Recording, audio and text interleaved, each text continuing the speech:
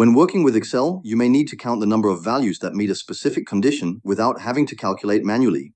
This can be done efficiently using a built-in function designed for conditional counting. In this video, we will explain how to use the COUNTIF function in Excel 365, which is specifically used to count cells based on criteria.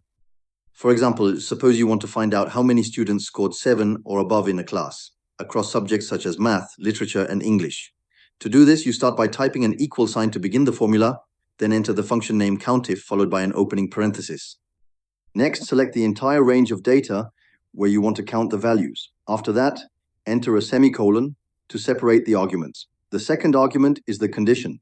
For this example, the condition is to count all cells with values greater than or equal to 7. So you enter the condition as $7 within quotation marks and then close the parenthesis. After pressing enter, Excel will return the number of students who scored 7 or higher. In the example, there are 3 students meeting this condition.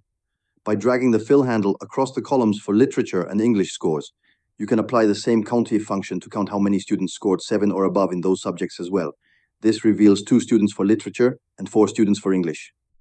Using the COUNTIF function is a powerful way to quickly analyze data with specific conditions without manual counting. This method improves accuracy and saves time when dealing with large data sets. Understanding how to apply COUNTIF will enhance your ability to work efficiently in Excel and perform data analysis more effectively.